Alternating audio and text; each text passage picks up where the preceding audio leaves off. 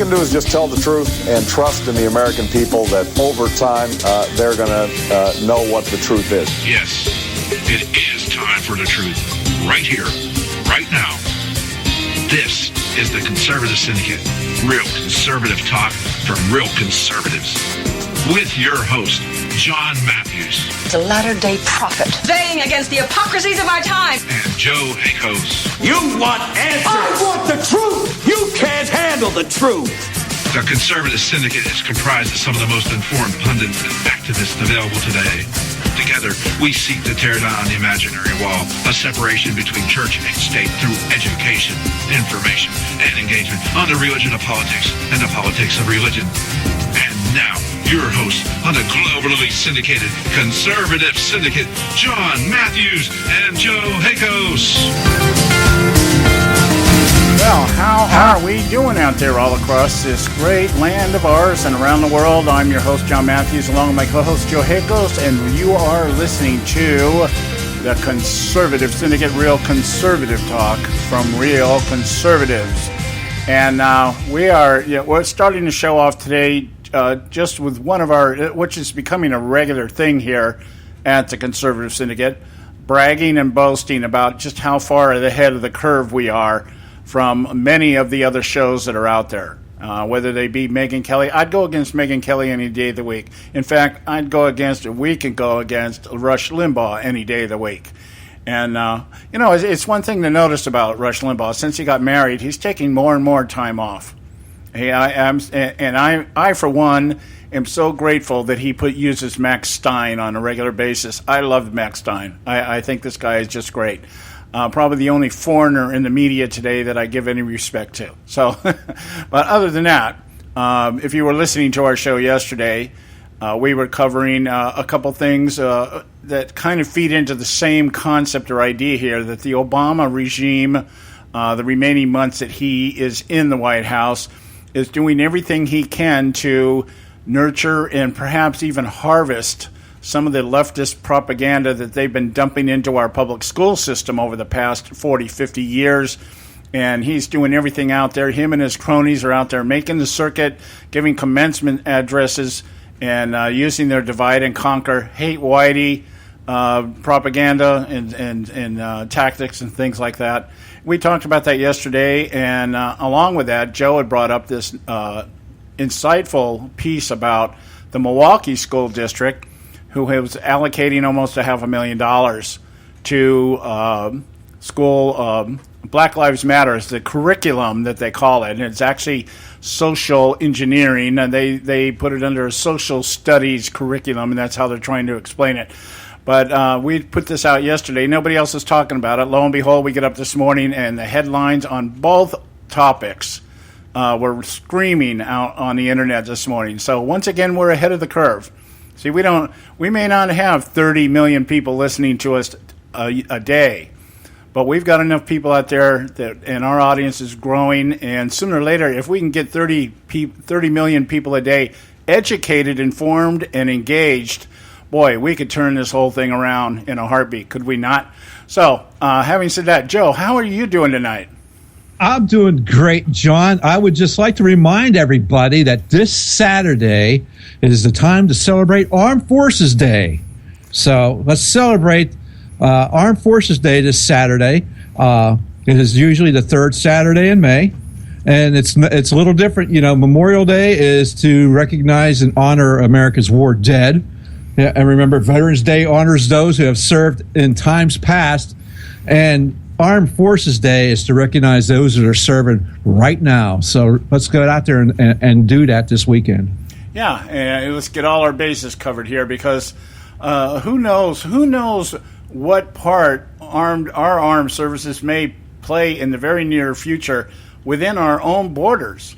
I mean, with everything that's going on out there today, anything can happen. Anything is possible.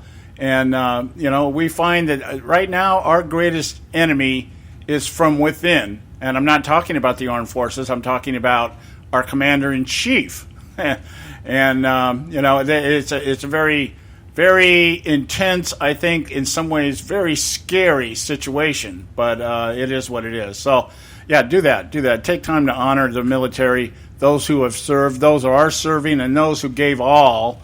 It's a combination of all things. Yeah, great stuff. Great stuff. Now, I want to, let's see, where are we at? We're 5 minutes in. Okay. I wanted to just bring something up here that has just popped up on cyberspace here just before we came on the air. We probably won't spend a whole lot of time on this because it's I don't know, the primary season's kind of in a hold pattern right now. Everybody's kind of taking a breather, trying to reassess what's happening here, getting ready for probably the worst general election we've ever had in the history in this country, especially in terms of mudslinging. When we talk about the lesser of two evils, I mean, it's a whole new reference point when we talk about what's going on right now in our election process. But Donald Trump, has been his big bragging point out there, and we've talked about it several times in the show, is his ability or his claimed ability to be able to bring in new voters. And not only new voters, but he's getting people to cross over from Democrat side, independent side, and they're re-registering as Republicans and yada, yada, so that they can vote for Donald Trump. And lo and behold, Politico comes out today with an article. Now, I'm going to say this, and then I'm going to make a little asterisk next to it. Politico comes out with an article, Donald Trump is not expanding the GOP. And what they're talking about is the fact that Trump's out there saying he's bringing in all these new Republicans, and it turns out what Politico's claim is that what he's doing is he's pulling in Republicans that normally only vote in a general election and not a primary. And so he's brought in a lot of people into the primary process, but these are people that vote in the general election anyway, for the most part. That's the contention. Now, the asterisk is that this was based to some degree with consultation from a gentleman named Alex Lundry, who served as the director of data science for Mitt Romney in 2012. Okay, so we know what Mitt is doing right now. Yeah, and so and we all know Mitt Romney's out there. He's the poster boy for the No Trump movement. So it's not like we're going to sit here and say, oh, well, gee, everything Trump's been saying is garbage. But there's probably, as we've said on this show several times, there's the left view and there's the right view, and the truth is usually somewhere in the middle. So there might be some validity to it, but we want to talk about it for a few minutes just to kind of reiterate some of the things that we say on this show about this sudden surge in voters that have come out and voted for Trump because they seem inspired. They're just inspired. Oh, there's finally somebody we can vote for. And Joe brought it up several weeks ago, and it just never leaves my thought process, is the big $64 question is, where were all these voters back in 2008 when we needed to stop Obama? We wouldn't be having what we have today had we stopped Obama back in 2008. Your thoughts, Joe? Yeah, more than likely we wouldn't have a Donald Trump right now if they would have been there to stop Obama. But then again, what would that have been? McCain. Yeah. So McCain, we've seen how just great he is. So we've just been dying a little bit slower death under McCain. We still have the same sort of tyranny going on, but it'd just be at a little slower pace and a little more quieter and not quite as in your face as Obama is. Yeah, it's kind of like what Lindsey Graham's, whether you drink poison or shoot yourself in the head. Yeah. But it is worth noting, though, that I'm sure there's some validity to this. What we know about Trump voters, for the most part, is that they're disenfranchised Democrats or they're independents, and we talk about this. I have no real respect for somebody who tells me they're an independent, because they're basically somebody that likes to sit on the sidelines and bash everybody and then claim they no responsibility when it all goes to hell. They like they're armchair quarterbacks, Monday morning armchair quarterbacks, that kind of thing. And they are normally, ideologically anyway, they're social liberals, and they might have some conservative fiscal beliefs that they hold true or hold to their chest. And so that's really just a Democrat that doesn't want to admit they're a Democrat. Because Democrats, real liberals, aren't really, it's not that they're not fiscally conservative, it's that they're fiscally selfish. It's like, we want the government to, if you're going to curtail money, if you're going to save money, whatever, make sure you're cutting you're cutting the rich. Make sure you're stealing from the rich. Make sure you what's the word? Redistributing? There you go, redistributing. Yeah, redistribution, yeah. Whatever, yeah. So I think there's some validity to it, but not a whole lot. But I think it's worth noting that we're seeing what I see in this is basically another handful of mud thrown up against a wall by somebody perhaps in the establishment saying, let's see if we can discredit Trump to some degree. Yes.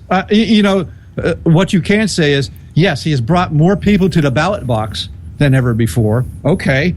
Very good, but it's who are the people? That's the other question. What is unclear, like this, what is unclear whether or not these new voters who are participating in the primary are new voters, or are they just new primary voters who usually vote in the general election, as you stated before. Right. So we'll have to spend a few minutes on this after the break here, because it is time for a break. But I don't want to spend the whole day on this, because we got some better stuff, some good stuff.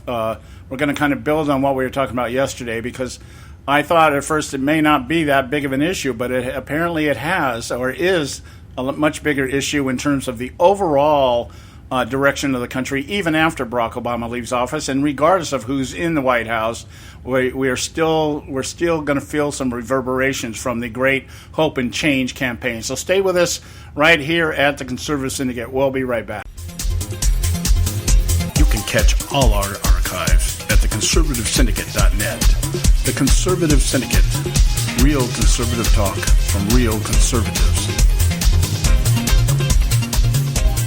When our water heater broke down last month, it was a nightmare. It took 5 hours for the plumber to show up, and he charged us a couple of $100 just to come out. And then it cost another $1,800 to put in the new water heater. By the time it was all said and done, I felt like I'd been taken. But what else could I do? The smartest thing you can do is get a home warranty from American Residential Warranty. Their home warranties pay to repair or replace all your major appliances when they break, and they will break, and at the worst possible time. Call American Residential Warranty right now for free information on home warranties starting at just pennies a day. Don't wait for your refrigerator to stop running or your ceiling fans to stop turning. Call American Residential Warranty right now. Ask how you can save up to 50% on washer and dryer coverage. Just call 1-800-790-5960. That's 1-800-790-5960. Again, 1-800-790-5960. Call now. Prices are for base buildings only. May not be available in some areas.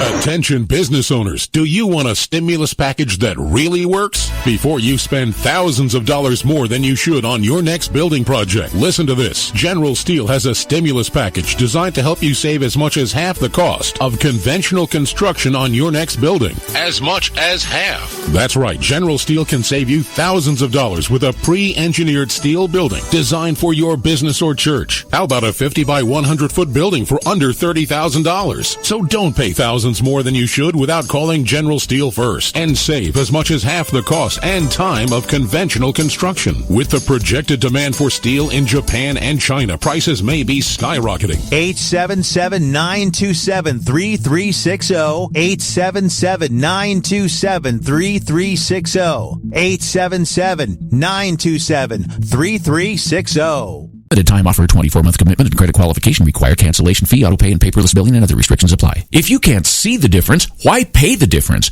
Switch to Dish for the best deal in entertainment. Only Dish brings you the best in entertainment for less than $20 a month. Cut the cable and don't get directed. Switch to Dish because at just $19.99, Dish saves you every time you turn on the TV. It's so simple. The same channels cost less with Dish. So since you can't see the difference, don't pay the difference. Switch to Dish for the best deal in entertainment. Get premium movie channels free for 3 months, starting at just $19.99. Dish saves you every time you turn on the TV. Call now to save with Dish. Dial 1-800-600-1645. That's 1-800-600-1645. The same channels for less than $20 a month. Dish. Call 1-800-600-1645 for details. Hey folks, if you're like me, you don't place a whole lot of trust in today's media for the real truth and facts regarding the volatile world of finance and politics.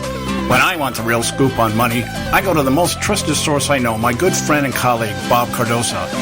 Bob is a noted expert with a PhD in international finance who airs his nationally known, globally syndicated show, Robert Cardosa Live, daily, Monday through Friday from 4 to 6 p.m. Pacific Time.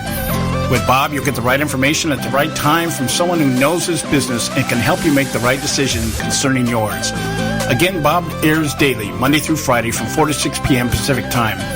Visit his website at robertcardosalive.com for information regarding stations and topics. That's robertcardosalive.com. Check Bob out. You'll be glad you did.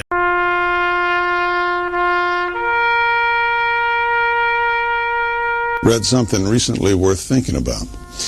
It's the soldier, not the campus organizer, who's given us freedom to demonstrate. It's the soldier, not the reporter, who's given us freedom of the press.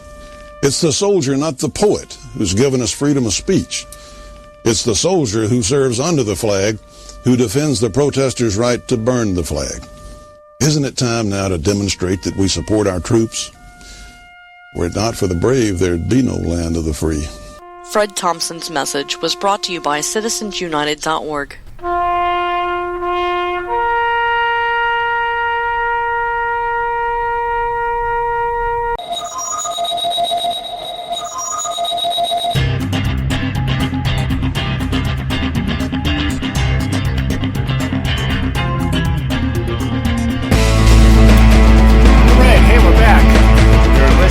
Conservative Syndicate, real conservative talk from real conservatives. I'm your host, John Matthews, along with Joe Hakos. Now, getting back to this article that was printed today in Politico, actually just came out maybe a little over an hour ago, and talking about the idea or the concept that, and it is obviously written to discredit Trump's claim that he has brought more voters in than any other presidential candidate, and especially any other Republican. Now, we do know, we can verify this.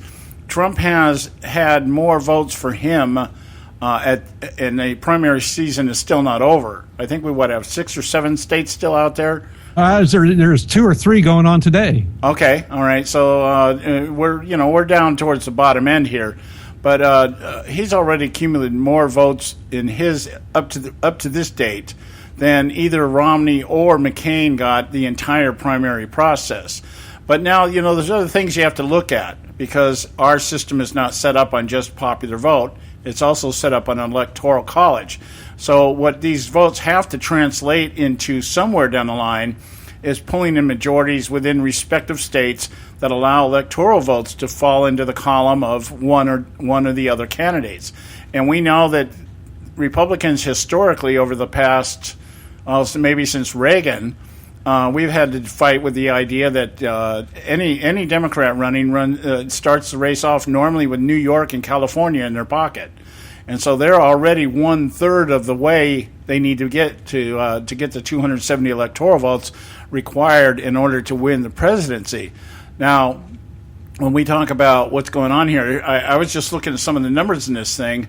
Apparently, Trump has accumulated about 11 million votes so far throughout all the primaries. Now, think about that just for a minute. We have a population of 330 million people.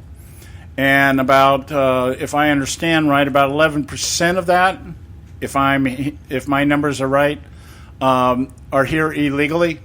Is that an accurate number, Joe? Is that the number that I think it's around 11%? Is that what we've been hearing? Oh no, it's been about 11 million. Yes, 11 million. Okay, they're about 13 million. Who really knows? Because we can't trust any numbers that are given to us from the most transparent administration in history. Okay, so let's just, for the sake of argument here, let's round it off and say we have 300 million people in the United States of America, and probably 2/3 of those are eligible to vote. Okay, I'm just pulling these numbers out hypothetically, because when I give you the numbers I want to give you now, you'll see proportionately what I'm talking about here. President Obama won in 2012 with 65.9 million votes. Okay, that's less than 1/3 of the American population. That tells as usual. So that tells you how many people don't vote. Okay, and that's how you got to look at this thing as they're out here trying to paint this picture that Trump is bringing in all these new voters.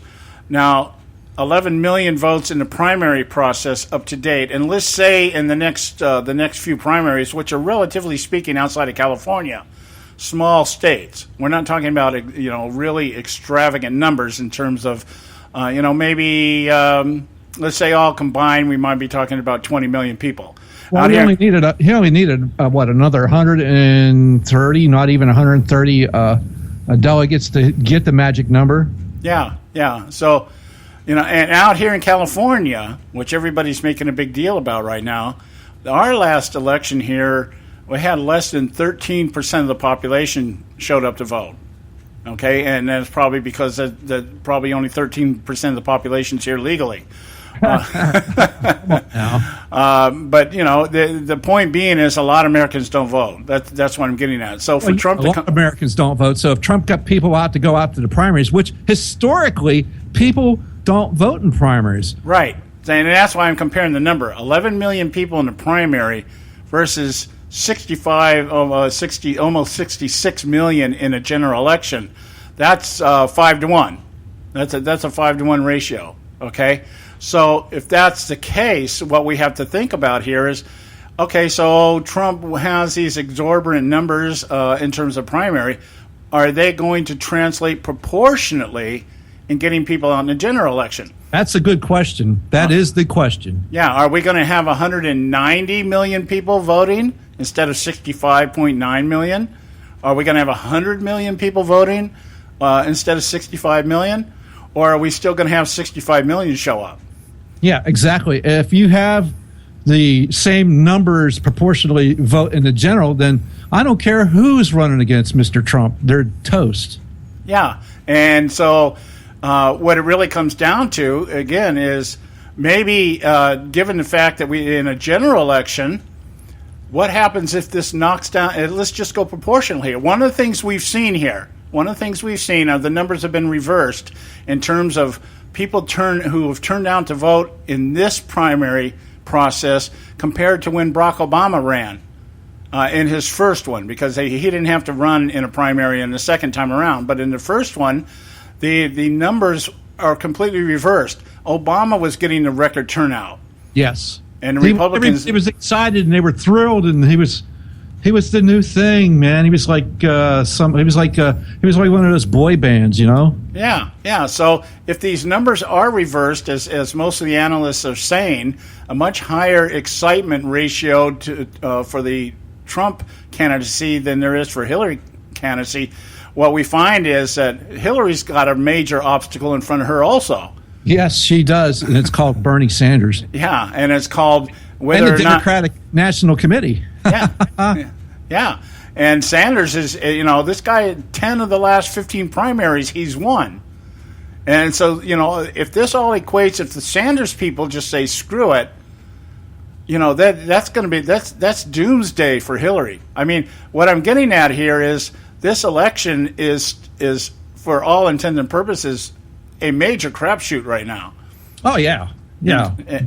But it's more so, I think, on the Democrat side than on the Republican side, because what you're not going to hear from the media is how jacked up the Democratic Party is right now. Yeah, now, we're not hearing about the fractured aspect of this. And to even feed into that more when we get into our next topic here, it feeds right into what we're going to be talking about today. Barack Obama's out touring the college circuit to such a degree not seen since his victory lap after the 2012 election where he was reelected. Barack Obama loves college campuses to trot out everything that he wants to do or to be able to brag about everything that he's done. He's doing everything but going into the crowd and hitting on a bong. You know that? Yeah, he is. He's going. we're going to talk about these commencement speeches him and Susan Rice have been giving. Obama's speeches have basically been a list of everything that he's done and why it's great for everybody now to come work for the state because of everything he's done, and it's appealing to that generation that is tapping into they're feeling the burn. So Barack Obama, to me, is sounding much more like Bernie Sanders than he is Hillary Clinton, because perhaps they know something, or they're not, or maybe he's willing to admit something that nobody else is, and that is his legacy is in danger. Because if somebody like Trump gets in, who knows what would happen? Of course, if Hillary got in, we know what would happen. Things would just get worse. Trump, it may get a little bit better. It's not going to get a whole lot better, guys. I'm telling you this right now. I'll bet dollars to donuts. Very little gets done during a Trump administration just because the establishment's going to make sure nothing gets done. They don't want 2 terms of this guy. They're going to go to their little pawns in Congress and say, you know what, you either bury this guy or forget about us next time you're up for re-election. That's how that's going to go down. And, because that's where the power is at. The power really is not in the White House. Everybody, because of Barack Obama, everybody's been misled into thinking that the president decrees and everybody else argues as to whether or not they do it. This is not a king issuing a decree and Parliament decides whether the king or queen is right. This is a republic, and the power is in Congress. It may not be being used. It may not be being used right now, or it may be being abused right now. But the point being is that's where the power's at, and that's where the establishment wants. That's where they put their money. That's where they put their clout. So, in the eyes of the establishment so far, and I keep saying this, I don't think they care who's in the White House, but the people care. And what the people think still has some effect on how everybody else responds, whether it be establishment or Congress, because they still need those votes too. People in Congress need votes also. Yeah, okay. They're up for re-election. There's elections going on besides president. There's Senate elections and House elections. Right. And we were talking about this last year. I had mentioned a comment about Karl Rove coming out on Fox News one night and saying they basically weren't going to be putting any money into the presidential campaign at all. They were more worried about retaining the Senate majority. And that tells you a lot right there. And we're going to talk about that a little bit later in our second hour, about how the establishment is viewing all of this. But the point I'm getting at here, or let's sum this up this way, is that, okay, Trump has apparently ignited a surge in voters showing up in the primary process, and it may or may not be as this particular article and maybe some others in the media believe, is that it's kind of like a red herring. It's kind of like smoke and mirrors. It doesn't really equate in anything. But let's understand here, Hillary Clinton is not popular. Yes. At all. She's not even that popular amongst her own people. Okay? And that, I'm not even talking about the college crowd, because they have no loyalty to the Clintons. I'm talking about amongst the establishment and the base of the Democrat Party. I'm telling you, they're not sitting around whooping it up, thinking, oh, yeah, we're going to bury Trump and this is going to be great. They're all wringing their hands just like they are on the Republican side. Well, like all other elections that have come before us, this will hang on voter turnout. If the turnout is large, then Trump's going to, the Republicans are going to, and they're going to carry the down cycle elections here. They're going to carry those House seats and Senate seats if the turnout is like, if it carries on like it is in the primary season. Yeah, and one of the other things we know historically, if this works against Hillary, if she really has so many disgruntled Democrats sitting out there going, oh God, I don't even want to go through the process of holding my nose. In low turnout, voter turnout, the Republicans have historically ended up winning big. That's true. Huge. I mean, it's just huge. So it still comes down to that electoral college, and the Democrats already have a huge lead right now. Today, before the elections, the first ballots cast in the general, they're already winning the electoral college right now. Yeah. So we're gonna, and just one last quick note here before we go to break. Trump has all the possibility that he could turn New York. And that turns this thing into a real contest. So we'll maybe talk about that later on during the week or next week or whatever. But I do want to move on to another topic. But right now we're at the bottom of the hour here. Time for break. We'll be right back. Stay with us right here at the Conservative Syndicate. State Talk Radio, WRS Cleveland. Hey, I'll make you a deal. Give me 60 seconds and I'll give you directions to the Fountain of Youth. Okay, I'm joking. Well, kind of joking. No fountains, but youth, I got Nature's Youth and their premier anti-aging product, Nature's Youth RSF. With your sensible diet and exercise plan, Nature's Youth RSF can help you look and feel better. RSF is an all-natural amino acid supplement that supports your body to naturally increase HGH levels without any synthetic hormones. And elevated HGH levels can contribute to increased energy, improved libido, reduced body fat, and improved exercise capacity. Let's be honest, who doesn't want to look and feel younger? Visit the newly designed website at naturesyouth.com or call 800-333-6923. That's 800-333-6923 and like them on Facebook and you'll be included in contest and exclusive offers. What a deal. Oh, speaking of deals, my time's about up. 800-333-6923 or naturesyouth.com. Who needs a fountain anyway? Call today. Extend your life with Extendovite. When I had a heart attack at 42, I was not sure what the future held. But a year later, the doctors could find nothing wrong with me and took me off all my medication. What did I do? I took a herbal mixture of garlic, cayenne, and a few other herbs mixed in liquid form. I now call this Extendovite. I would have never believed that a few simple herbs could actually change my life like they did. Now it's your turn to see what the powers of garlic and cayenne can do for you. For only $69.95 plus shipping and handling for a 2-month supply of either capsules or liquid, you too can begin on your path to better health. For more information, call 1-877-928-8822. That's 1-877-928-8822. Or visit our website at heartdrop.com. Extend your life with Extendovite. I've owned my company for 14 years now, and I can tell you that payroll is a 4-letter word. I hate doing it. It eats up hours I don't have, and it costs me money I could be saving.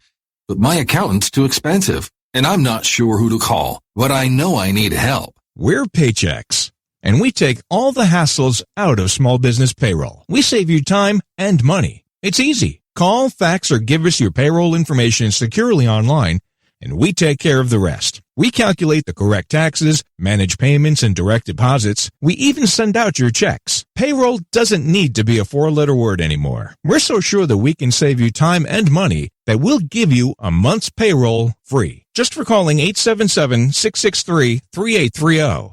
Get 1 month's payroll for free. Call Paychex right now. 877-663-3830. That's 877-663-3830. Do you use the blue pill to charge your sex life? Have you been thinking about trying the blue pill? What if we can promise you the same results for less than $3 a pill? If you're paying $20 a pill for the other pills, you're getting taken to the cleaners. Our pill delivers the exact same results for less than $3. We'll do the math for you. You'll save more than $16 a pill for the same results. Want more? We'll give you 40 blue pills or 40 yellow pills for $99 and add 4 more pills free. You save more than $500. You don't have to be a rocket scientist to know what to do next. You need to call and get your 44 pills for just $99. Stop overpaying for the other blue pills. Call us and start saving a ton of money for the exact same results. Ordering is fast and easy with your pills delivered to your door in a non-marked package. 800-814-5188. 800-814-5188. 800-814-5188. That's 800-814-5188. Hey, Bugsy, you hear the news about Vinny? Yeah, it's a real shame. He owed money to the IRS and they finally cut up with him. Just like Al Capone. If the IRS can get the Capone, imagine what they can do to little old Vinny, huh? Poor cat, he was on top of the world. Then bada boom, bada bing. What Vinny needs now is an offer he can't refuse. Hey, you got a tax problem? Does the IRS claim you owe them a bunch of dough? They can get you too. So call the tax relief line now and learn if you qualify to negotiate your $10,000 plus IRS tax debt for up to a 75% savings. Don't be like Al or Vinny and get busted. Make this free call now. Learn how you may be able to pay the IRS less. Call now. 866-657-8474. 866-657-8474. 866-657-8474. 866-657-8474.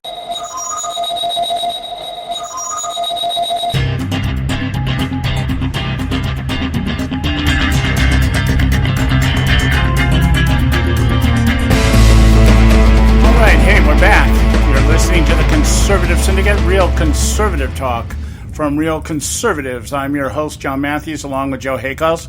And I want to jump from what we were talking about earlier to as I said at the very beginning of the show, a little bragging here. We were yesterday talking about a couple of topics that I wasn't really sure whether it was noteworthy to really talk about it at this point in the game. Not that not that it wasn't noteworthy at all, just was the timing right. And I just followed one of those impressions. As I explained to you yesterday, that's what mad prophets do. You follow an impression, something comes and it sticks and it won't go away, and you kind of, okay, there's something with that, I got to look at it. And so we talked a little bit yesterday about the Divide and Conquer campaign of Barack Obama. He's out there with him and his cronies, Susan Rice, and I'm sure others out there, speaking to groups, and particularly in Obama's case, his favorite group, college kids. He likes to go out and talk to the college kids, and so they can see what a real cool black dude looks like and sounds like. And he goes out there and he talks to them, and one of the other elements that you have to pay particular attention to is the makeup, the demographics of the colleges that he goes to. He loves hanging around the black colleges like Howard University, North Carolina, places like that. Georgetown, places like this. And he likes going to places like Rutgers, which he went to a few days ago, which is very mixed. And I'm not saying that this is a bad thing per se. Okay, I'm not saying that black colleges are worse than any other colleges or the mixed colleges are worse. I'm saying he picks and chooses where he goes because he likes to frame the demographics around the message, whatever it is he's giving. And identity politics 101. Yeah, and you got to have the right backdrops. You've got to have the right combination of people. Like when he's talking about Obamacare, so he would take all the janitors in the halls of Congress and put white robes on them and line them up behind them. So I got all these doctors that are with me and this, that, and the other. And we were talking about some of the context of what they were talking about, especially Susan Rice with her concept of groupthink. And we're going to talk about that a little bit more. But the point being is that I trusted my instinct, and we stepped out and we talked about it. We talked about these speeches that Obama and Rice were out there giving, talked a little bit about the content, which we're going to talk a little bit more about today. And Joe, in the middle of the show, had found this budget from the Milwaukee City School District, and brought it up about this almost $500,000 being allocated for a curriculum called Black Lives Matter. And we talked about it and found out that it was very much related to what we were talking about in terms of the campaign of Obama out there talking about, the advantages of being black in this day and age and how Whitey has screwed everything up. And you be proud of your blackness and be proud of your socialistic upbringing and the social engineering that you've just spent thousands of dollars getting in college and everything else. And lo and behold, I get up this morning and what do I find? Here's an article here from Fox News, Perry Shirera-Monte, and it's about this Milwaukee Public School proposed budget listing $471,073 for Black Lives Matter. And, of course, the critics are fuming over this, okay? But the district officials tell us it's all a misunderstanding. It's not really about Black Lives Matter. Somebody, I guess, just thought maybe we need to be politically correct and call it that so that nobody gets offended by it instead of calling it social engineering, which is actually what it is.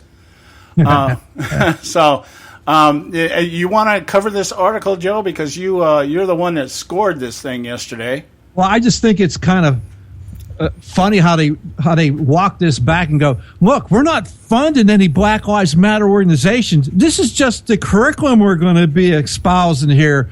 If we can get this budget approved at almost $500K and paying somebody 3 teachers or facilitators or whatever you want to call them at almost $180K a year. Right. Now, this is their explanation. Tony Tagliavia from the public school system, okay? The funding, it says here, the specific expenditures, which are also outlined in the budget proposal, which we talked about yesterday, are for 3 social studies teachers and staff development for other employees. The funding would also pay for a cultural studies curriculum, which aims to ensure that culturally responsive teaching practices are in place at all schools, enhancing the district vision for student participation in a wide range of after-school activities. And they cut that off because there were a few other words from yesterday that are very insightful there, and I don't have them up right now. I need to pull them up. Okay, but let me translate this to you in 2 words. Safe spaces. That's what this is talking about. This is a cultural studies curriculum aimed to ensure that culturally responsive teaching practices are in place.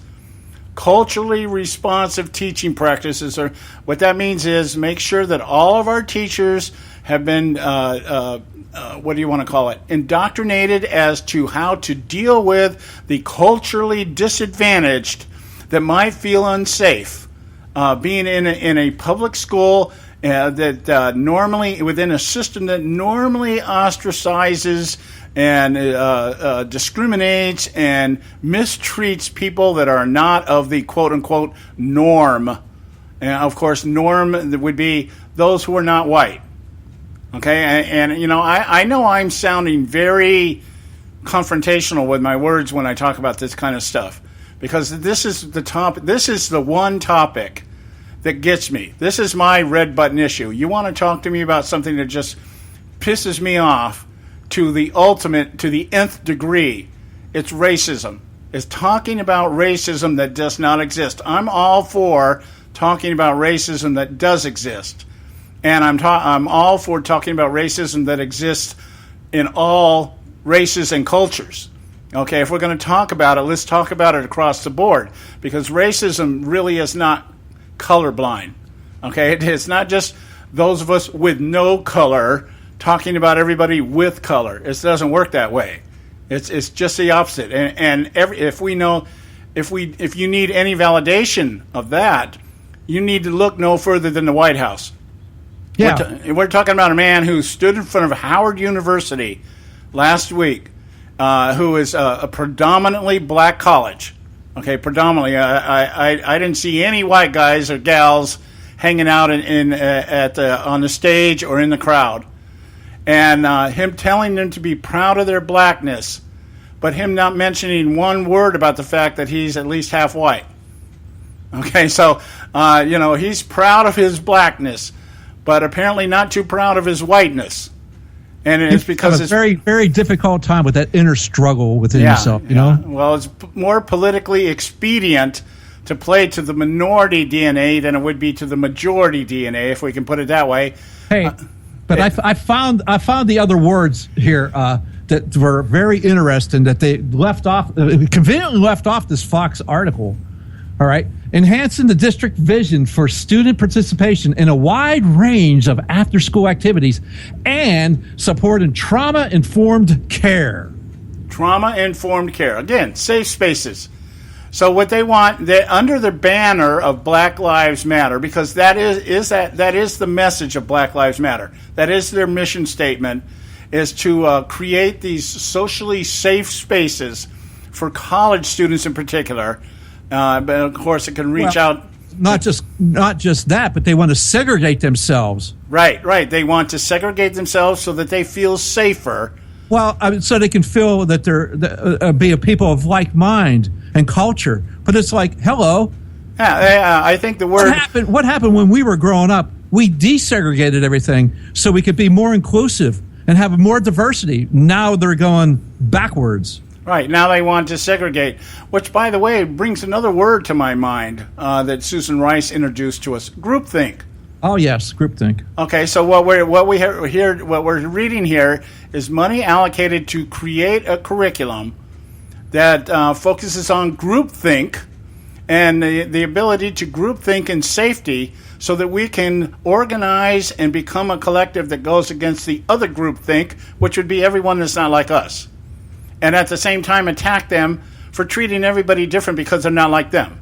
Does that make sense? There you go. The hypothesis of hypocrisy. We're going to create a group to battle the very group that we're battling against, their ideals. We're going to use the same ideals to go against ideals that we don't agree with, that we feel have oppressed us, and we want to do the same thing back. But we want to do it within safe zones on the taxpayer dime, and we'll call it training. We'll call it responsive teaching practices. We're going to call it social studies. Yeah, we're going to call it social studies. Cultural studies curriculum under the guise of social studies for nothing more than to create a curriculum to teach minorities how to collectively become the very thing that they say they hate. There we go. I think that is definitive. That's pretty succinct right there. Yeah, it wraps it up. Really does. That wraps it up. Okay, guys, it's time to take a break here. We'll be right back. This short break. We'll be right back. Stay with us right here at the Conservative Syndicate. You can catch all our archives at theconservativesyndicate.net. The Conservative Syndicate. Real conservative talk from real conservatives.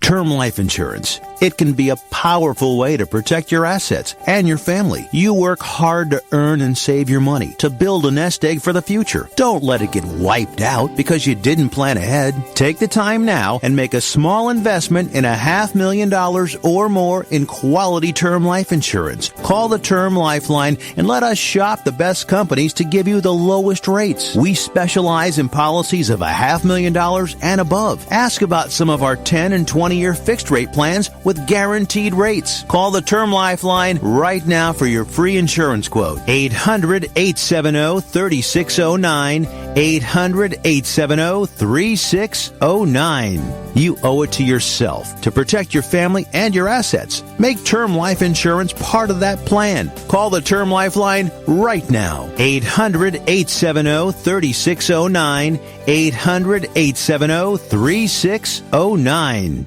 Hey folks, if you're like me, you don't place a whole lot of trust in today's media for the real truth and facts regarding the volatile world of finance and politics. When I want the real scoop on money, I go to the most trusted source I know, my good friend and colleague, Bob Cardoso.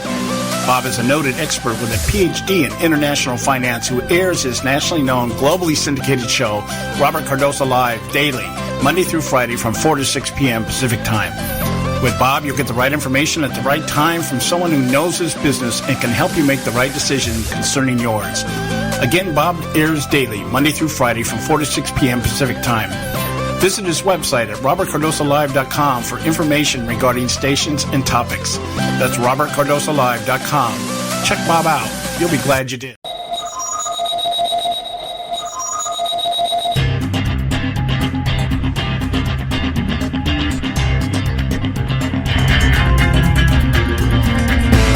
Hey, we are back, and you're listening to the Conservative Syndicate, real conservative talk from real conservatives. And I'm your host, John Matthews, along with Joe Hakos, my co-host, and we're talking about this this situation here. We were talking about the Milwaukee School District situation, and I was just trying to fit this all in, or just remind everybody or bring to everybody's attention how this ended up fitting so much into what we wanted to talk about yesterday, so much so we spent most of the time talking about it.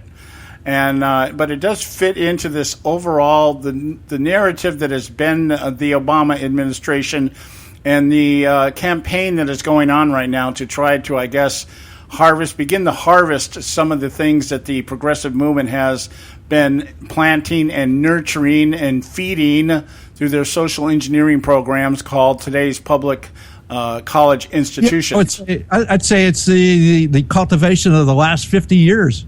Yeah, and beginning to harvest, as Obama said in one of his speeches, we are the change we've been waiting for, or we are the ones we've been waiting for, that kind of thing. Kind of a call to arms is what he's doing out there right now, reminding college students that very few of you people actually ever get up and do anything at this early in the game. You get your college degree and you're out there trying to find your job and find your place in society, and in the meantime, you don't vote, you don't really participate, you don't organize, you're not part of your community. These are kind of the things that he was out there carrying on about.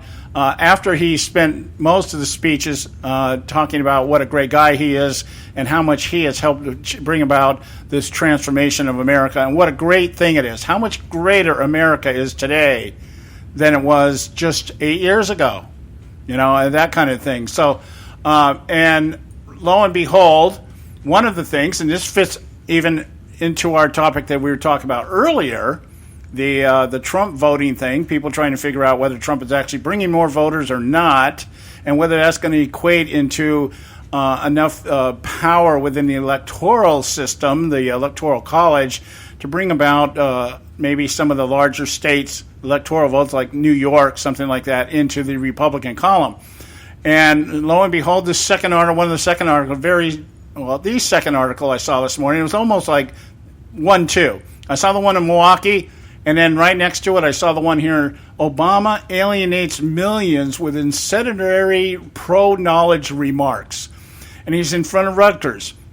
And he's basically told the Rutgers audience that anybody that is not a liberal progressive like he is, or like most of the students in the audience probably are, then they're idiots. They're idiots. Basically, he says, how did he say it here? The quote of the day here. This might make our top 10 at the end of the year here. Ignorance is not a virtue.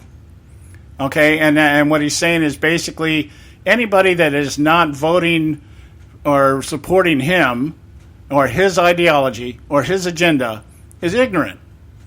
And there's somebody calling the kettle black, if I can use that phrase. He's standing in front of the university students, probably the most ignorant people, or at least the most intellectually dangerous people in the country right now. Let me. I think this might be an example of the rhetoric that he was using, and just see if we can gather some things from this real quick here. Okay. Obama is at Rutgers, and he's making his third point about whatever it is he's making a third point on. But third point is facts, evidence, reason, logic, and understanding of science. These are good things, and they all applaud. There's applause. Yay. These are qualities you want in people making policy, he says. These are qualities you want to continue to cultivate in yourselves as citizens. Applause.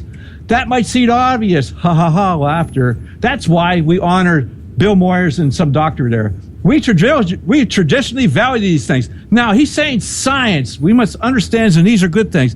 Now, this is coming from the same man that decreed that if you identify yourself as a man, but you are a woman, you can go into the man's bathroom and vice versa, because he believes in science.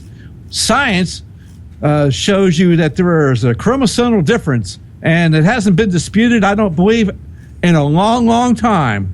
So he contradicts himself all the time, but he doesn't really say that in his rhetoric. Well, that's the point here, the contradiction.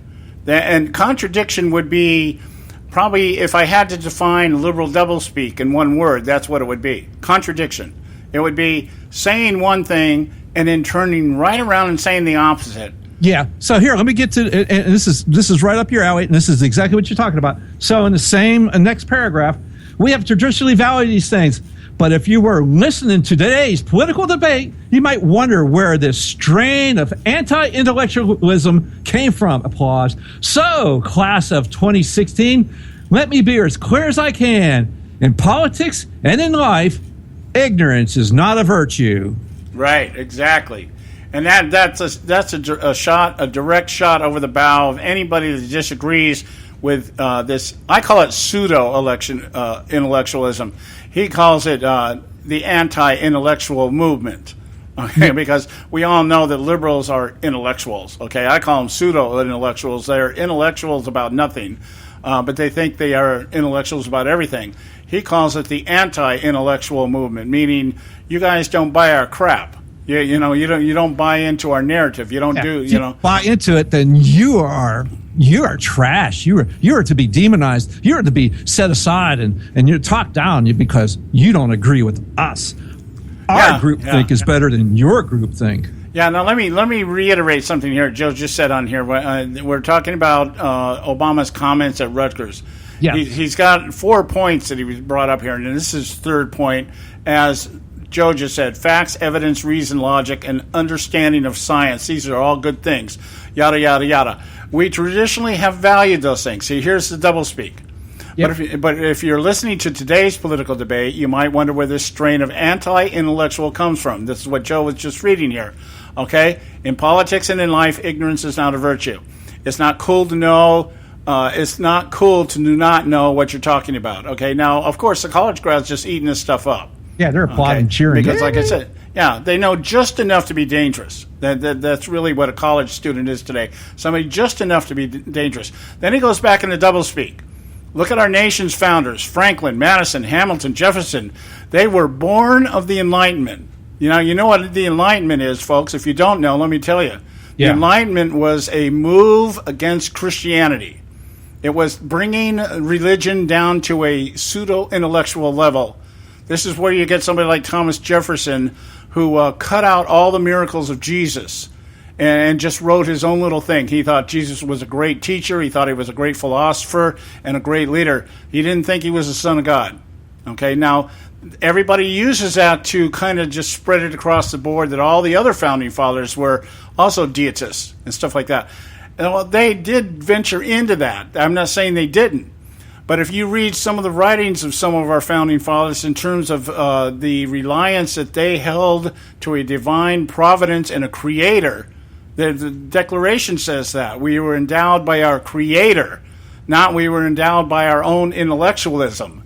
Okay? That kind of thing. It's Farewell Address acknowledges that. Now, if you go down just a few paragraphs below what Joe was just saying, he turns around and he says, the debate around climate change is a perfect example of this. So he's telling us how smart liberals are, how they use logic and science, and of course the ignorant don't want to acknowledge logic and science.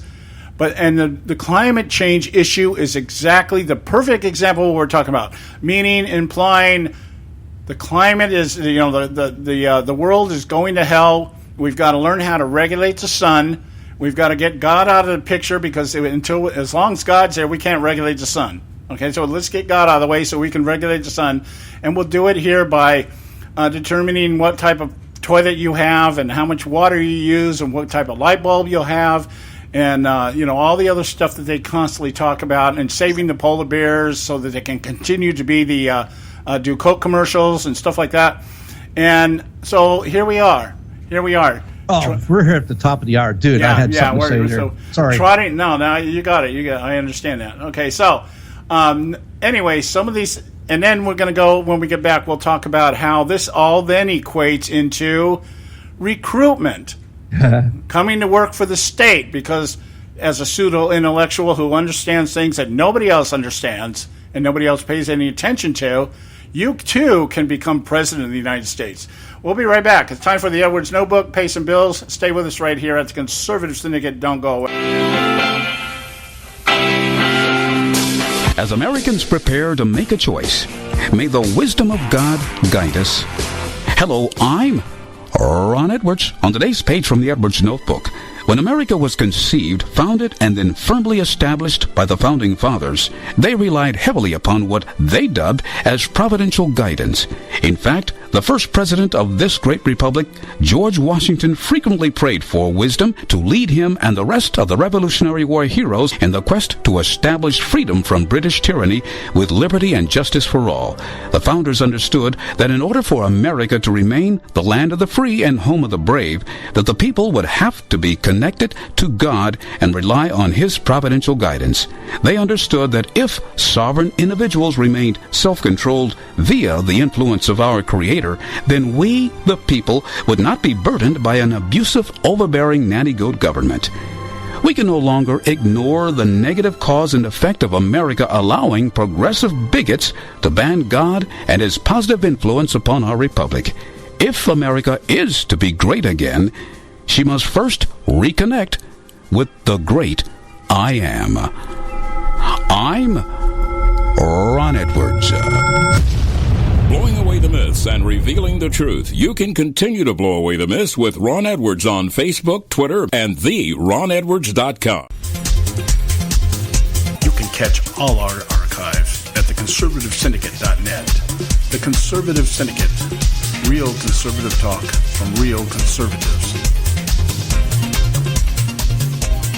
When our water heater broke down last month, it was a nightmare. It took 5 hours for the plumber to show up, and he charged us a couple of $100 just to come out. Then it cost another $1,800 to put in the new water heater. By the time it was all said and done, I felt like I'd been taken. But what else could I do? The smartest thing you can do is get a home warranty from American Residential Warranty. Their home warranties pay to repair or replace all your major appliances when they break, and they will break, and at the worst possible time. Call American Residential Warranty right now for free information on home warranties starting at just pennies a day. Don't wait for your refrigerator to stop running or your ceiling fans to stop turning. Call American Residential Warranty right now. Ask how you can save up to 50% on washer and dryer coverage. Just call 1-800-790-5960. That's 1-800-790-5960. Again, 1-800-790-5960. Call now. Prices are for base buildings only. May not be available in some areas. Attention business owners, do you want a stimulus package that really works? Before you spend thousands of dollars more than you should on your next building project, listen to this. General Steel has a stimulus package designed to help you save as much as half the cost of conventional construction on your next building. As much as half. That's right, General Steel can save you thousands of dollars with a pre-engineered steel building designed for your business or church. How about a 50 by 100 foot building for under $30,000? So don't pay thousands more than you should without calling General Steel first and save as much as half the cost and time of conventional construction. With the projected demand for steel in Japan and China, prices may be skyrocketing. 877-927-3360. 877-927-3360. 877-927-3360. Hey folks, if you're like me, you don't place a whole lot of trust in today's media for the real truth and facts regarding the volatile world of finance and politics. When I want the real scoop on money, I go to the most trusted source I know, my good friend and colleague, Bob Cardoso. Bob is a noted expert with a PhD in international finance who airs his nationally known, globally syndicated show, Robert Cardoso Live, daily, Monday through Friday from 4 to 6 p.m. Pacific Time. With Bob, you'll get the right information at the right time from someone who knows his business and can help you make the right decision concerning yours. Again, Bob airs daily, Monday through Friday from 4 to 6 p.m. Pacific Time. Visit his website at robertcardosolive.com for information regarding stations and topics. That's robertcardosolive.com. Check Bob out. You'll be glad you did.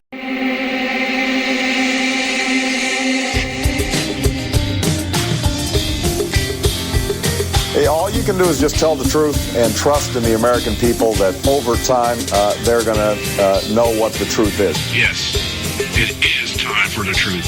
Right here, right now. This is the Conservative Syndicate.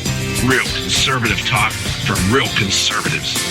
With your host, John Matthews. The latter-day prophet. Baying against the hypocrisies of our time. And Joe Hakos. You want answers. I want the truth. You can't handle the truth.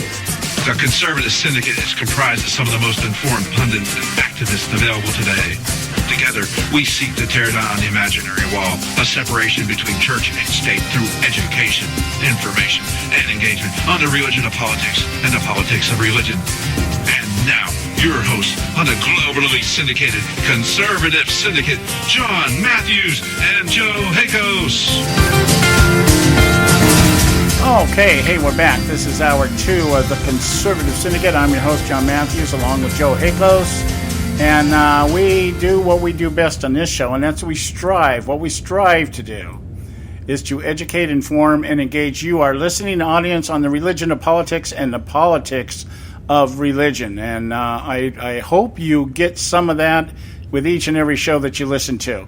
Whether you listen to us here live, Monday through Friday, 3 to 5 out here in the West Coast, 6 to 8 on the East Coast, or whether you go to our archives at our website, theconservativesyndicate.net. Now, I want to tie some of this other stuff together here, just some loose ends here. We should have Don Dix coming on with us here after our next break. We'll see. I haven't seen him check in yet, but he did tell me yesterday he knew that he was scheduled to be on. So we'll see what happens here. He's got a pretty busy schedule too. He does his own show, and there's a lot of stuff going on that side of the city. And anyway, one of the things we were talking about just before the break here is about how Barack Obama gets in front of these college crowds and basically, panders to them, tries to reassure them how smart they are because they've just gone through 4 years of social engineering, and how dumb everybody is that doesn't do what they do. And, he just, and with the doublespeak, tries to use American phrases and American tradition to kind of paint a picture of what America is. But, of course, America isn't anything like it has been the last 8 years because, of course, he's been in office the last 8 years, and that has made all the difference in the world. And then we were talking about how he took that in and talking about specifically about facts and science and everything, tying it to climate change. Now, facts and science. It's amazing how facts and science, they want to spot facts and science with climate change, but when it comes when it suits their agenda, but when it facts and science goes against their agenda, they don't want to talk about that, John. Right, and especially when things like you talk about the climate change, the move here by the left now is to try, along with everything else, it falls right next to the transgender bathroom thing. It's the idea that they want to oppress or ostracize anybody that disagrees with them. The idea, Loretta Lynch is floating out here a couple months ago about prosecuting people that deny climate change, that kind of thing. But here's the point I want to make on this, okay? He's talking about all these changes, how much America has changed since he's come into office and everything else. Now he says here, where is it at here? He says, okay, look, if you want to change this country for the better, you better start participating. I'll give you an example on a lot of people's minds right now, and that's the growing inequality in our economy. Over the last century, we've unleashed the strongest economic engine the world has ever seen, but over the past few decades, our economy has become more and more unequal. The top 10% of earners now take in half of all the income in the U.S. In the past, it used to be the top CEO made 20 or 30 times the income of the average worker. Today, it's 300 times more.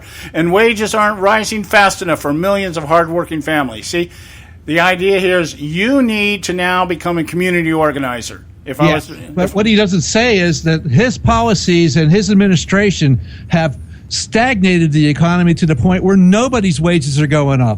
Yeah, he even makes references in the remarks earlier about how the economy, and we've had some good stretches in the economy, and of course, the economy has really rebounded and come back. Of course, not quite as much as it has in the past, but that's because of what? This inequality. The CEO's now making 300 times more than everybody else, and the poor just becoming poor. That's how this whole thing is playing out. So what I'm getting at here is these speeches are about they're about, first of all, laying out what a great job he's done using liberal doublespeak. America's great, but I've made it so much greater. Then it's like, now your part in this is after you've gone through your 4 years of social engineering training, you need to become part of the process. In some of the other speeches here, he actually talks about becoming part of the community, becoming community organizers, being part of what's going on in your community to the bigger collective ideal of utopiaism and all these other things that he keeps talking about. And it's all been recruiting. They're trying now to harvest some of these kids and bring them into the movement. And that's why I say he sounds more like Bernie Sanders than he does Hillary Clinton, because Sanders is appealing to the crowd. But, of course, Sanders' thing is not necessarily come work for the state like Obama says. It's just hang loose here while we strip the rich, and we'll give you all their stuff. And we'll do it that way. And I guess everybody, I don't know how Sanders expects this to be paid for after he strips everybody, because apparently eventually somebody has to go back to work. Somebody has to actually create something. Somebody has to actually run the businesses. Well, it won't be him. Yeah, well, I guess in democratic socialism, I'm not sure how that equates. I still haven't put my head around that yet. I haven't spent a whole lot of time because, to me, it's kind of an oxymoronic statement. Democratic socialism. The two just don't mesh. So anyway, hey, we are coming up on our short break here. And it's time for the Moments of Madness. And when we get back, we've got Don Dix with us from Act for America. And I want to kind of shift gears and look at the other side. I want to talk about this interview or this article that came out in National Review on the Koch brothers. And it's not that I'm targeting the Koch brothers per se specifically. It's that they are very representative of the establishment that we have been talking about, that apparently in this election cycle has come to the surface that the establishment really doesn't care who's in the White House. And that's something we've been talking about on this show for quite a while, ever since the Trump phenomenon took hold, and we began to realize the establishment would be much happier to have Hillary Clinton in the White House than Donald Trump. And you say, well, how can that be? Well, that's what we're going to talk about when we get back. So stay with us right here at the Conservative Syndicate. Don't go away. Today on Moments of Madness.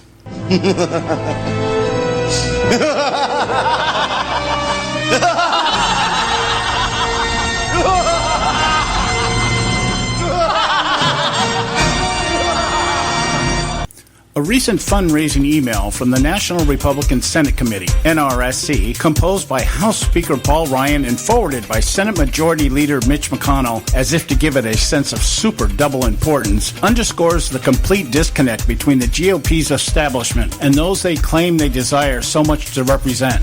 The same can be said of their liberal colleagues on the left. Senator McConnell once again attempts to sway registered voters to support the GOP majority by reciting its far too predictable incantation. Without Republican leadership in both chambers of Congress, conservatives will not be able to pass the policies necessary to get our country back on track and restore the American dream. This entire claim by the NRSC is in and of itself as oxymoronic as it is insulting to any voter who embraces the pure ideological premise of limited government that defines authentic conservatism. Those like McConnell, Ryan, and Lucifer's texting buddy, John Boehner, have long marginalized their base, except when dusting off the mantle of constitutional integrity and voter trust that otherwise lies dormant between layers of false rhetoric, lack of diligence, and outright corruption between election cycles. Truth is, today there's absolutely no representation by any true Republicans any more than there is any evidence of leadership by any conservatives in both chambers of Congress. Here's the madness. While Speaker Ryan and Senate Majority Leader McConnell once again trust the stupidity of the American voter to blindly buy into their recycled template of majority means efficiency, they do so at their own peril. The presumptive nomination of Donald Trump, as well as a hangnail of the DNC, Uncle Bernie, indicates an oncoming tsunami of a dissatisfied, disenfranchised, ticked-off electorate who are not only ready for change, but ready to raise our entire system to the ground through a scorched earth strategy, complete with protests and riots that resurrect memories of the Weather Underground and Black Panther Party. There is indeed a unification of electoral allies forming, but these groups are not user-friendly towards each other or the establishment stalwarts that roam the halls of Congress. Donald Trump has incited a huge segment of the Senate majority that makes up middle America that is so incensed at a government so intent on saving itself at the cost of our republic, they willingly line up for hours to listen to Trump's isolationist doctrine spewed under the brand of Make America Great Again.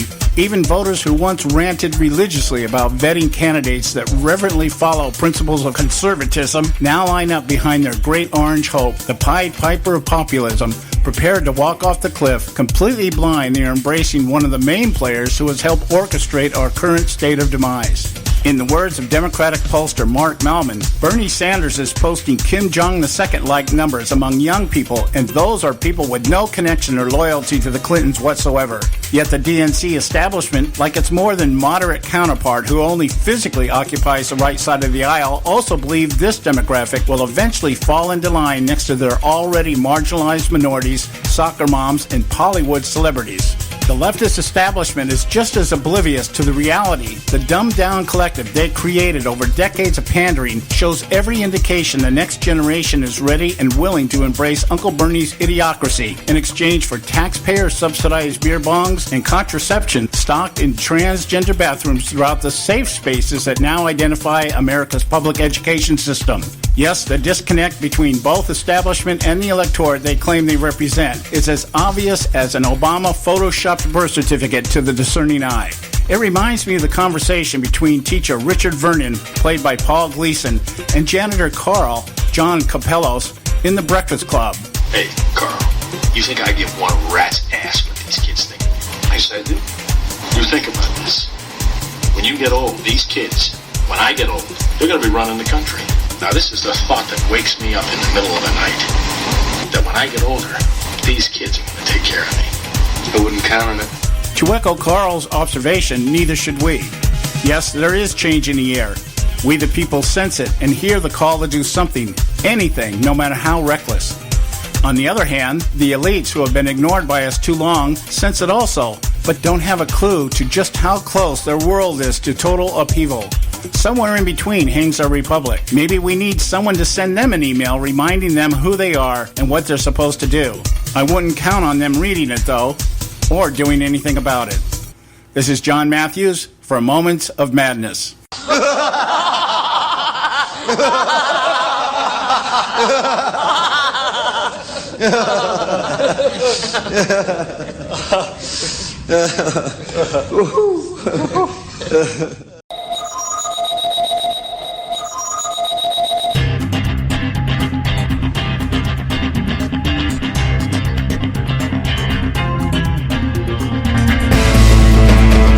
Okay, hey, we're back, and you are listening to the Conservative Syndicate, real conservative talk from real conservatives. I'm your host, John Matthews, along with my co-host, Joe Hakos, and we have with us right now doing his contribution for this week, Don Dix from Act for America. How are you doing tonight, Don?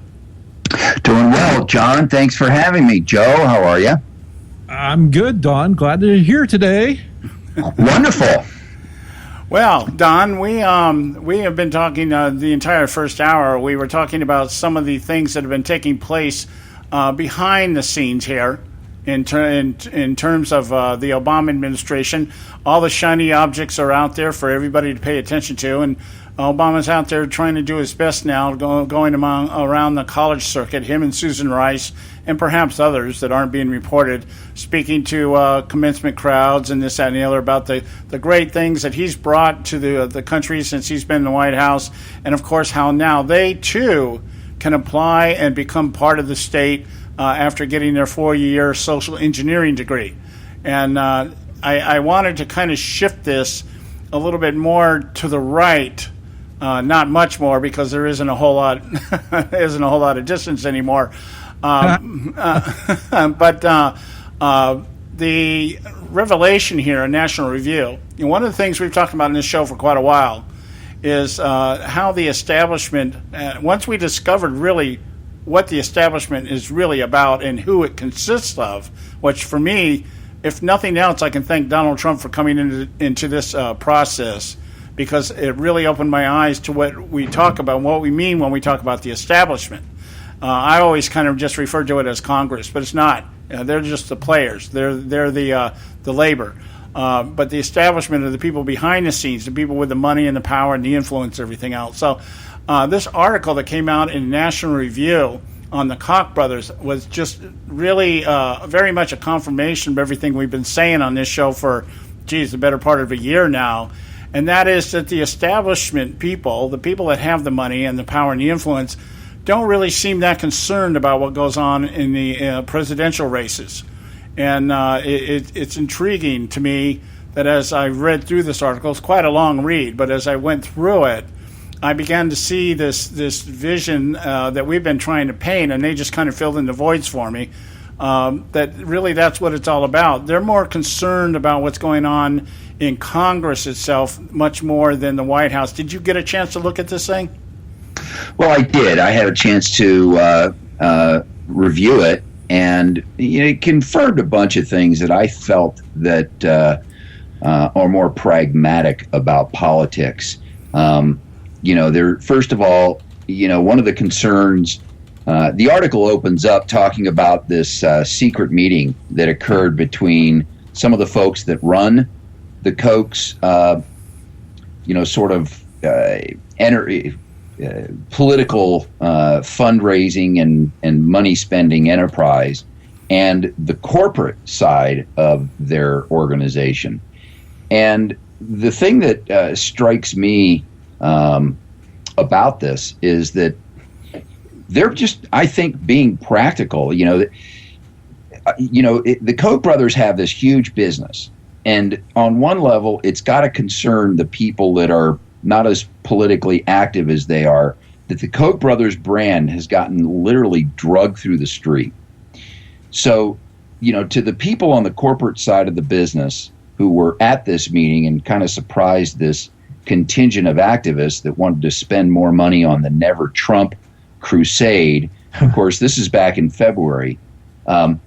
They got moderated by the pragmatic side of the business. Hey, we don't want your political activism to damage essentially our incomes, our livelihoods. And I thought and I viewed that as very practical. And as we've seen, maybe their sense of it, their business sense was to not spend the money that these folks were saying on sort of this Never Trump crusade. They decided not to. Their money is best spent, and I think this is where political activism really needs to reside, in the down races, in city hall, in county, in state, because ultimately these are the places that will feed, the higher offices. When you have the right people stepping up in these lower offices, ultimately they're the ones that are going to become the future presidents of the United States, just like we see most of the people sort of ascend that political ladder. You don't just jump out. Donald Trump's an anomaly in this regard. No political experience. And in this environment, that really is what is reverberating with the American people. And I feel it. I feel this frustration about this dramatic overreach of government. As to whether or not, they care who's in the Oval Office, and they think that their influence is better exerted at the congressional level. Well, all you got to do is look at K Street and the amazing number of lobbying firms that are there that are literally spending what's got to be billions of dollars influencing Congress. I think any money spent trying to reverse the Trump juggernaut was going to be ill-fated, in the first place. And that really was sort of the opening, contribution of this article. Yeah. The one thing, Don, is what would be the alternative for the Koch brothers if they would have supported the anti-Trump movement that would have allowed Hillary to win this election, or it would help her anyway. So I think they saw the handwriting on the wall what that would mean. Well, yeah, and you still see Romney wooing non-Trump independent candidates today. There's articles that are still bubble up. Guy Benson had an article just yesterday, as a matter of fact, in Town Hall, reporting that Romney continues on this effort, floating names, for instance, John Kasich, who said no, Marco Rubio, who said no. The only person really left standing in that movement is Romney himself, whom I don't think stands a snowball's chance of getting elected. This idea of a third party, if we were to, let's switch the shoes for a second. Let's just say Bernie Sanders gets frustrated with the way that things are working within the Democratic Party and decides, I'm going to run third party. Mm-hmm. What would be our reaction? No, we'd be jumping up and down going, go, Bernie, go. Yeah, because you know exactly what that means, that the Democratic vote would get split, and it would virtually ensure a Republican victory in November. Well, in that regard, I mean, Mitt Romney, he may be as wrong as the day is long, but he's not stupid. And for him to even be floating this idea out there, whether it's just to actually have it come to fruition, or just maybe just to influence, put some kind of influence out there to maybe get people not to show up and vote or whatever. What I want to, speculate a little bit here. What would people like Romney and the Koch brothers stand to gain by having Trump defeated and Hillary stepping into the White House? Because that's what it seems to. I mean, that's the only outcome. If they're successful at what they're doing, if they're able to influence enough people to stay away from the polls, and Hillary ends up in the White House, to what benefit does that? How does that benefit the establishment? Or is it the fact that they don't really care? As I keep saying, they don't care who's in the White House, and would rather have somebody like Hillary. She'd be easier to deal with, if nothing else. Maybe more obviously they could stand against her and continue to say that they're really conservative, standing against progressivism. The only thing that I can think weighs into that would be the narrative that says that a Donald Trump victory potentially spells the loss of the Congress or the Senate. Hillary's been very verbose about suggesting that she might put Bill Clinton in charge of the economy if she gets elected. Yeah, she just said that the other day. Yeah, and Bill Clinton, her touting Bill Clinton's resume on the economy is such an empty version of reality, because you look at the first 2 years of his presidency, and he was trying to get done the same things that Barack Obama was trying to get done. What put the brakes on his narrative is that in 1994, you had the Gingrich Revolution, the Contract for America. The difference between then and now is that Bill Clinton decided to tack to the right and work with the Congress. Barack Obama continued to dig in his heels. And when did he decide to work with Congress? What happened that made him decide to work with Congress? You mean, why did he decide to make that transition? What did they do to make him go that direction? Well, other than the Contract for America, I can't. I don't know. They shut the government down. Yeah. Oh, okay, right. Thank you. They actually shut it down for an extended period of time until Clinton finally gave up. Yeah, they stood their ground. They had some balls and said, "We're doing this." Yeah, and this time around, when they tried to shut the government down, it was Congress who caved. It's like that Congress has given up their power of the purse per se, and then just continue to try to blame Obama for everything. Well, yeah, and that ultimately, as far as them being able to have the appearance of clean hands, the challenge with that nowadays is that there's too many people that are starting to pay attention to what's really going on. Right. And that, that's punctuated by this past primary season.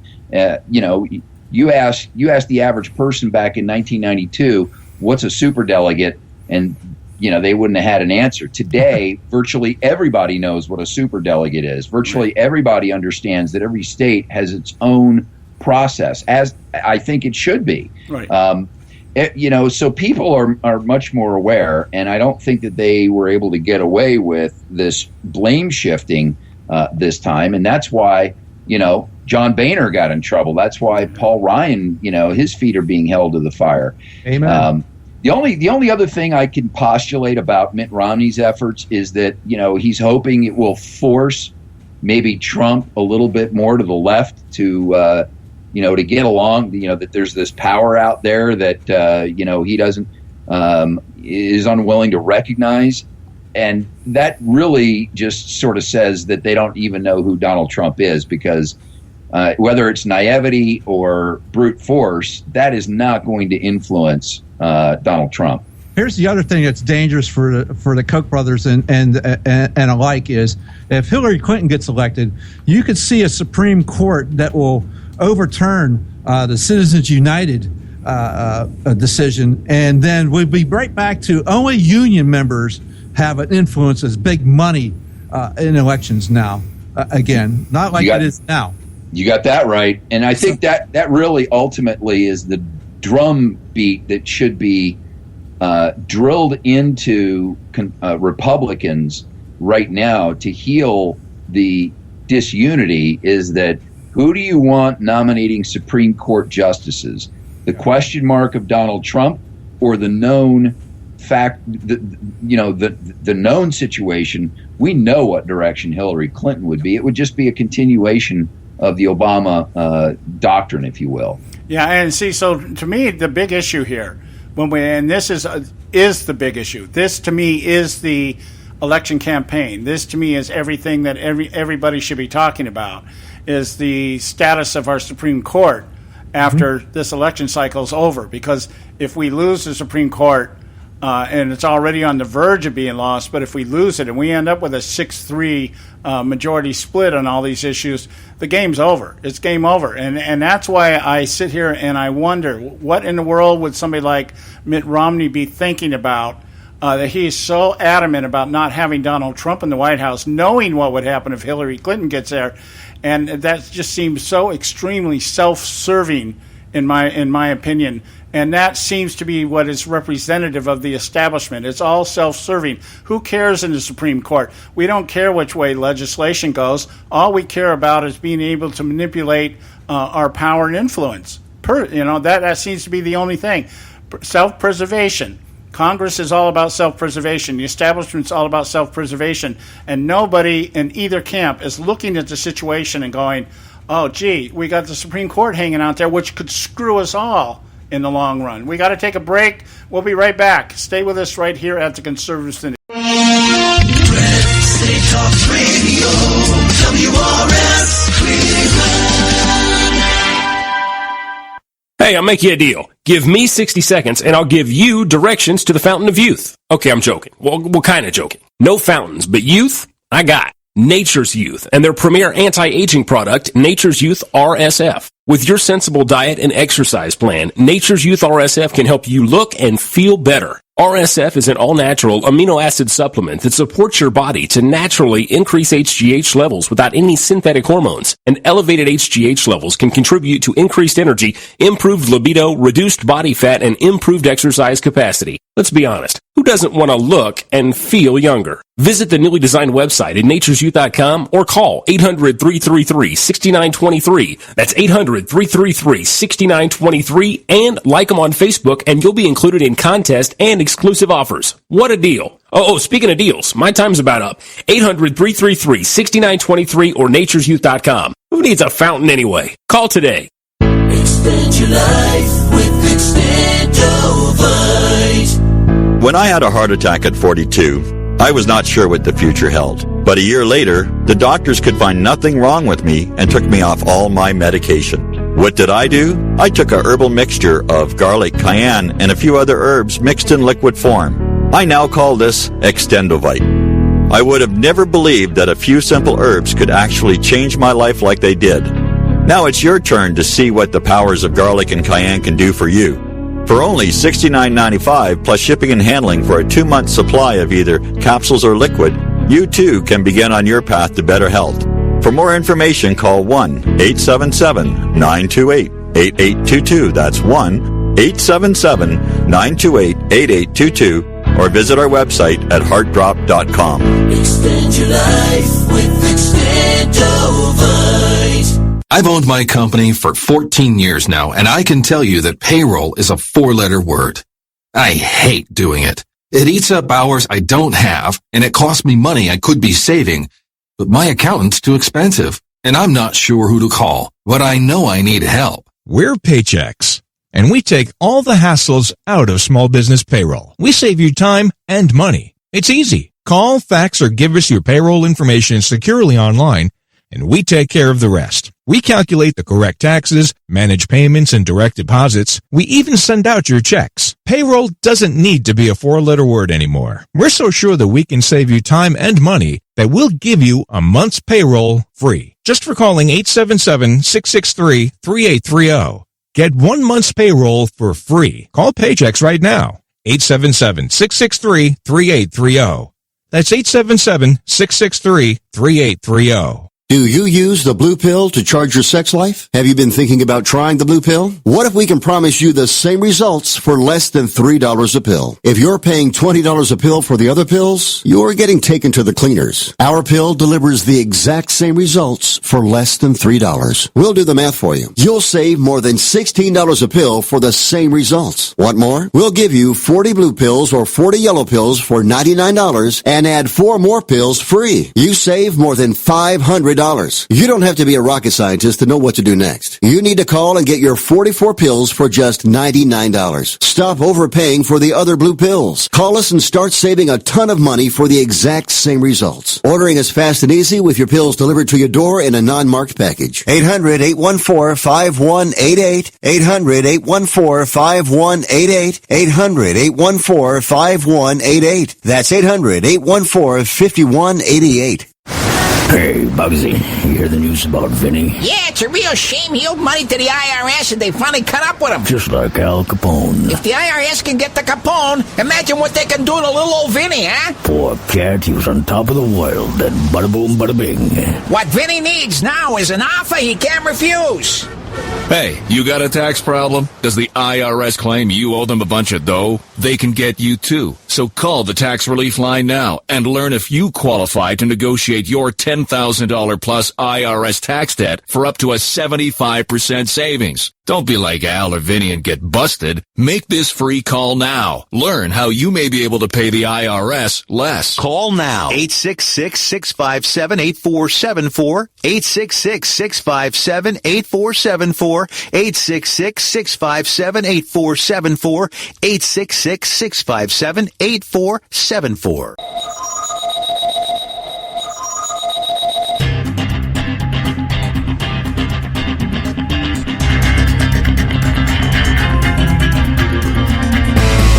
All right, hey, we're back. You're listening to the Conservative Syndicate, Real Conservative Talk from Real Conservatives. I'm your host, John Matthews, along with Joe Hakos, my co-host, and we have Don Dix from Act for America with us doing a segment today.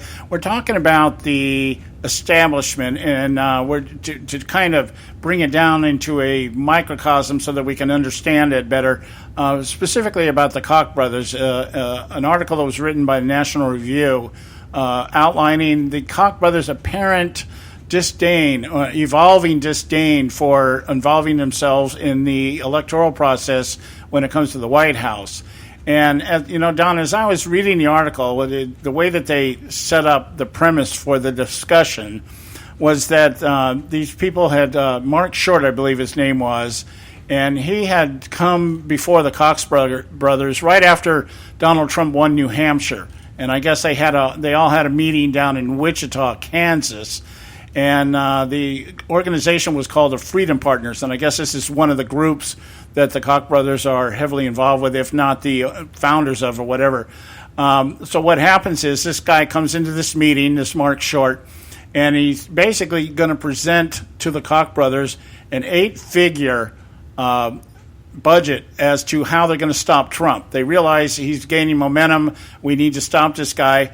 And the Koch brothers seemed completely disinterested in even trying to stop Trump. They didn't seem so involved in they're not worried about the electoral process as much as they are about the policy process, which puts it, of course, into the hands of Congress much more than the executive branch.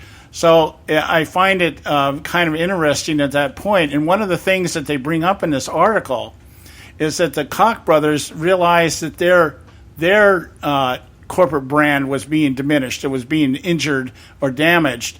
And it was because the Senate and the Congress, the very Congress that they say they need, the Koch brothers seemed very disillusioned by the lack of response in forming and shaping policy in the majorities that the Republicans now owned. And that seems almost paradoxical that they've dumped all this money to help get the majorities, and we were all told, yeah, let's all vote, let's give them the majorities, and they're not doing anything about it, but that still seems to be where the Koch brothers think everything revolves around. So that's kind of paradoxical, I guess.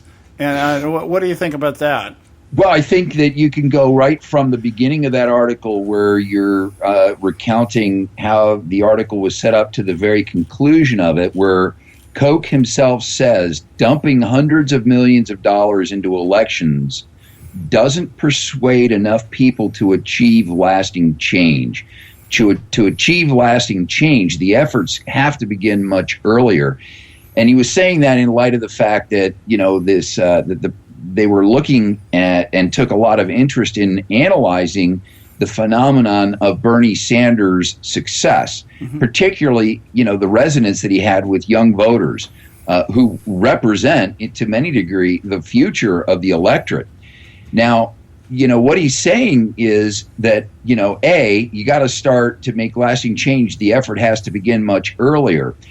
What I'm not sure of, and here's where I was scratching my head, is he saying much earlier in the electoral process, or because he's talking about young voters, much earlier in the education cycle of the voters? Because he goes on to say, we thought that when the grassroots was voting for conservative candidates, that they understood the policies and supported those policies, but maybe that's not true. Maybe they aren't educated about our policies. Well, I think the very fact that we have so many quote-unquote conservatives out there actually supporting Trump, and in the party itself, I mean, how many senators and House representatives tell us they're conservatives, and nothing in their voting record indicates that's the case? You've got somebody like Mitch McConnell out there. Okay, I've got this super high conservative voting record, but we know that he only votes conservative when he knows it's not going to matter and it's not going to win anyways. Anytime his vote would have swayed towards a conservative ideology and legislation or whatever, he will vote the other way. Or he'll abstain from voting so that he can, quote unquote, bring it back to the floor again in the future. So I agree. See, something we've been talking about here. And I think the problem that we've had in the conservative movement, especially with the Tea Party, is that when the Tea Party came together, it was very spontaneous in the beginning. It was that people were unified against one thing, very much like Trump right now. Everybody's like, they don't really care about the issues. They don't really care what we're debating right now. They just want somebody to shut Obama up and to take on the establishment. They don't know what that means. They don't know what that entails. It's all they're mad. They're mad as hell and they're not going to take it anymore, that kind of thing. And so when we look at this whole setup and how this is all working out, one of the things I've been touting for the reason why the left has been able to advance is because they've been in our public institution for the last 4 or 5 decades, and they have planted the seed, and they have nurtured it, and that's why Bernie Sanders has the outpouring that he has amongst the college crowd. That's why Obama's out there right now preaching to the colleges, you need to come work for the state. We'll take care of you, that kind of thing. So in that regard, I imagine maybe that's what Cox is throwing up his arms and saying, man, we should have been doing what they've been doing for the last 4 decades. Well, amen. And if he's coming to that realization, yeah, he's coming to it a little bit too late. It's a little like, But hasn't that been the conservative problem? Is that we're coming to everything too late, and we're coming in ignorant. It's like we're trying to fight the battle without any strategy because we've never considered the fact that we'd be fighting this battle. Well,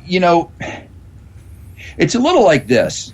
When Alan Greenspan was interviewed about why the banks, in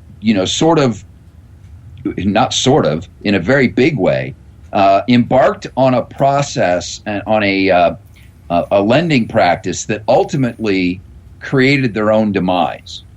And Alan Greenspan talks about a concept that basically said we thought banks would act in their own best interest for their own preservation. We never envisioned a situation where they would chase a short-term return that would ultimately create their own demise. And that's a little about what's going on right here.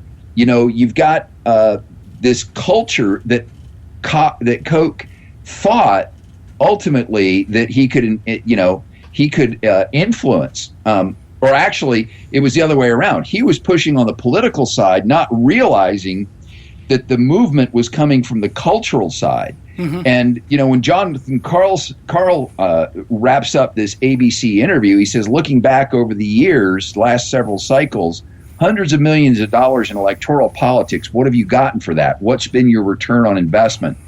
And Koch, being the wise business person, is going to assess things. He's going to say, yeah, they've gotten a lot of abuse out of it, which is what we talked about earlier. Mm-hmm. But then he says, what have we gotten for it?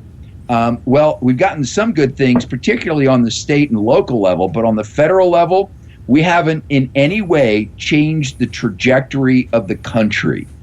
And if you want to look at where you change, what we're dealing with right now is a trajectory of the country that is headed in a direction that is ultimately going to create the country's own demise. Right. At least the way that we view what America stands for. Right. And what they thought they were doing was by investing in politics, particularly at the federal level, that they could influence the direction of the country, not realizing that what was happening underneath of it all, the very foundation of it all, was being riddled with termites.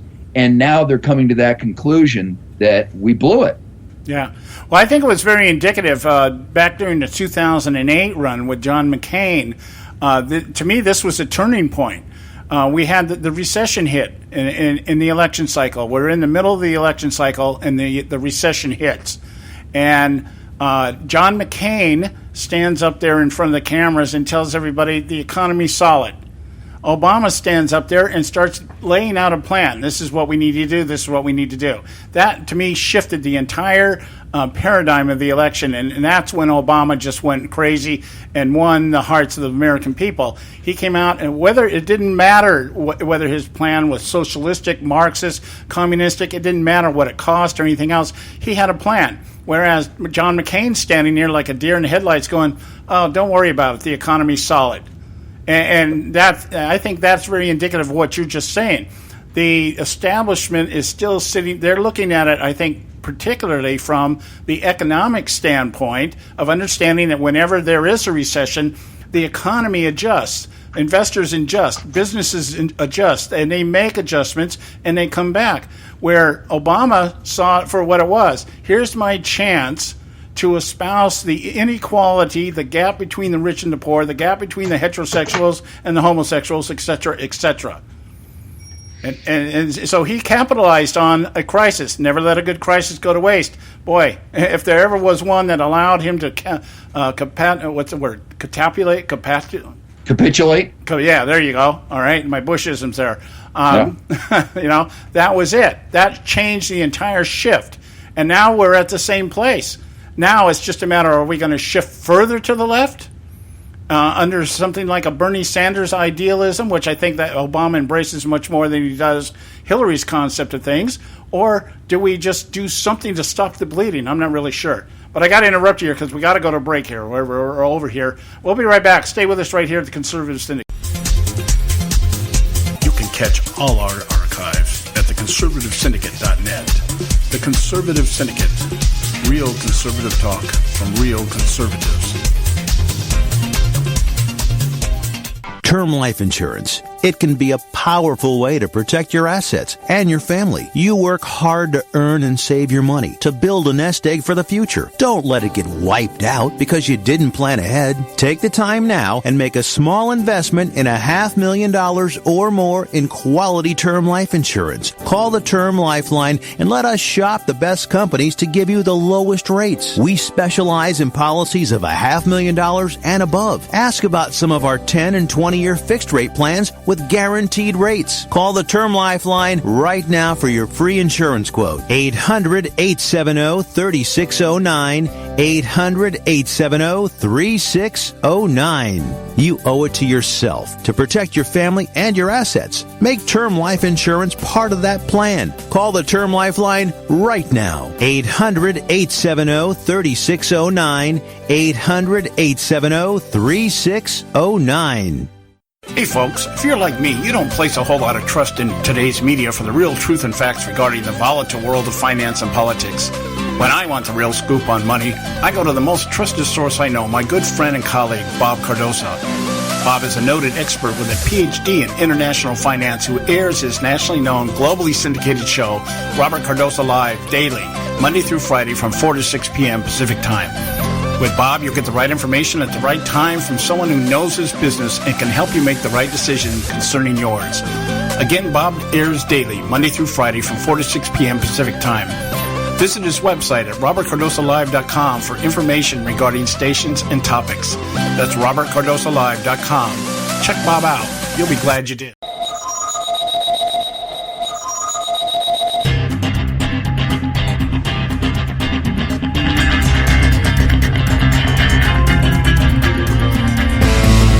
Okay, hey, we're back. You're listening to the Conservative Syndicate. I want to remind everybody, visit our website, theconservativesyndicate.net, and you can pick up this show, any of our shows, any of our archives. You can find out about our panel, of which Don Dix is part of our Conservative Syndicate panel here. I want to get back into the discussion. Oh, by the way, website's conservativesyndicate.net, if I didn't say that. We're talking about this idea, and I think you hit on something here, Don. I think the Koch brothers, along with the establishment per se, they've come to the realization that they've been fighting the wrong battle, and they've been looking at it from a completely different perspective, which I think also represents a lot of what's wrong with the conservative movement today, is that we have for too long just kind of thought things were set in a certain way and not really paying too much attention to what was going on, or thinking, it'll never get that bad. But I agree with you that we are at this place where I compare it to the Roman Empire. We're on the verge of implosion. Our system just becoming so corrupt, and democracy running and overruling republicanism and everything else. And so, yeah, it does seem like, but I would think then that the solution here is that, as we've been saying on the show, I think since I started the show 9 years ago, is that we need our own conservative grassroots movement from the bottom up, and trying too hard to change everything at the top. And maybe that's the realization the establishment has come to, is that we're not going to change what happens in the White House. Our next thing is to try to control the Congress, but I'm not even sure that can be done. Well, when you look at the model on the left, and this is one of the things I really tried to study when I first, and I don't mean study like as in get a master's degree, I just mean, contemplate. When you contemplate what it was that happened in 2008, there was a sea change in the way that, Obama ran his campaign. It was a real sort of community organizing grassroots campaign. And that, is what really sort of has inspired me about the work I do, locally. We do this conference every year. We started doing it in 2014, and the whole goal is to get conservatives out of the stands where they have been too long. For conservatives, politics has been a spectator sport. For the left, it's been a participant sport. So the left has been on the playing field, just basically having their way with the whole process, while conservatives have been spectators, thinking, as you said a little while ago, that everything was just going to continue on the way it was, not realizing that out of the 60s, that a lot of those radicals from the 60s had found their way into academia. They began to change the way that, our kids are educated. They got rid of real history, teaching kids about the history of the country, about what the real motives were behind the founding fathers. They demonized the founding fathers as, angry old white slave owners, part of the 1%, not realizing that in those days, the 1% was in England, and the people over here, was the insurgency. Right. And so they demonized, the basic foundation of this country. And, it had warts, but ultimately when you look over the longer term of, governments and, the average person's desire to have, their rights respected, to have personal liberty, to have freedom, there really has never been a political experiment that turned all that over to the average person. Sure, women couldn't hold office. Sure, they couldn't vote. That's been fixed. Like I said, that was a wart. But ultimately, the left's goal has been to completely revolutionize this country. And Barack Obama said it 5 days before we're 5 days away from fundamentally transforming this country. Well, what he didn't say was the conclusion of transforming this country, because the transformation was alive and well in corners of the country that we were not paying attention to. And Andrew Breitbart said it the best. Culture is upstream of politics. Yep. If we want to fix the politics of this country, if we want to fix the policies, then we have to begin fixing the next generation. Right. And at this point, as you said earlier, I'm not so sure that we have enough time to do that. Well, yeah, that is a question, but ultimately it doesn't answer the question of whether we fight or not. And we have to draw inspiration from even the example of the Founding Fathers. Only 2% of this country was engaged in the fight to win our independence. At this point, we got to focus on getting that 2% together, getting them effective, helping them to understand what we need to be doing. And like I'm doing, I'm running for my county central committee, run for those building blocks of our political system so that we can begin to influence it and take the money out of, here's a very good example of money in California politics. We're coming up on the California primary in June the 7th. We've got a very important Senate race. Barbara Boxer's retiring. Right. But we have this structure called a top two, where the top two vote getters, it's an open primary. And the top two vote getters are the ones that move on to the general election. Mm-hmm. Well, how did that happen?